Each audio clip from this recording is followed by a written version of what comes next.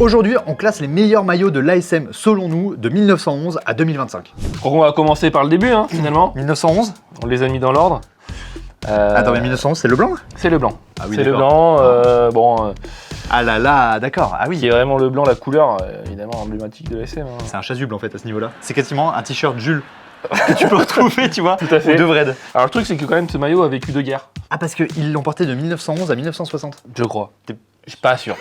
Pas sûr non plus. Je le mettrai en pas piqué d'un ton. Perso. Oh, tu vois, t'y vas trop fort. C'est perso. Alors par contre là je suis désolé les gars, mais celui-là on dirait juste littéralement le polo du Cobu. Celui-là il part là, directos. Ouais. Bon alors ensuite, 1969 à 1970. En B. En B. En B.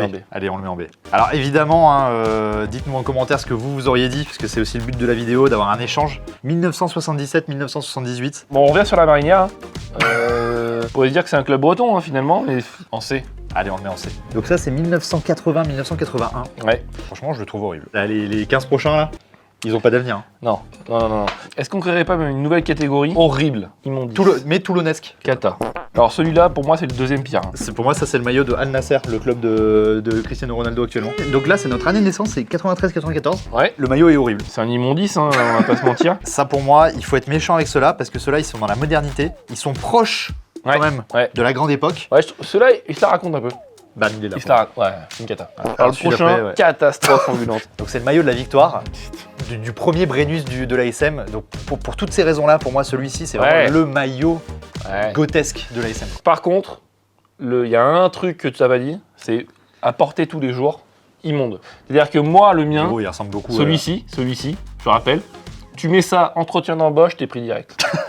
Et ensuite, c'est Under Armour effectivement qui prend la place là, sur Ouais. l'intérieur du C'est-à-dire, en gros, col. Under Armour, en fait, ils viennent quand ça gagne. Tu vois, Ils sont arrivés cette année-là, ouais. on peut partir sur un D. On peut partir sur un Ah, D. je l'aurais mis plus haut, franchement. Ça mérite C. Ça mérite C. Regarde la gueule du dé là que t'as à côté. Franchement, c'est abusé, c'est les Dalton quoi. Celui-là, c'est D. Voilà. Celui-là, c'est D, Voilà, parce voilà. qu'en fait, il Voilà. a tout ce qu'on n'aime pas. Voilà, exactement. C'est un D. Alors celui d'après, honnêtement, hein, j'ai l'impression que c'est un maillot de 1925. Bah ça c'est notre avis, hein, en toute subjectivité évidemment. Moi je trouve c'est pas mal, je suis assez content.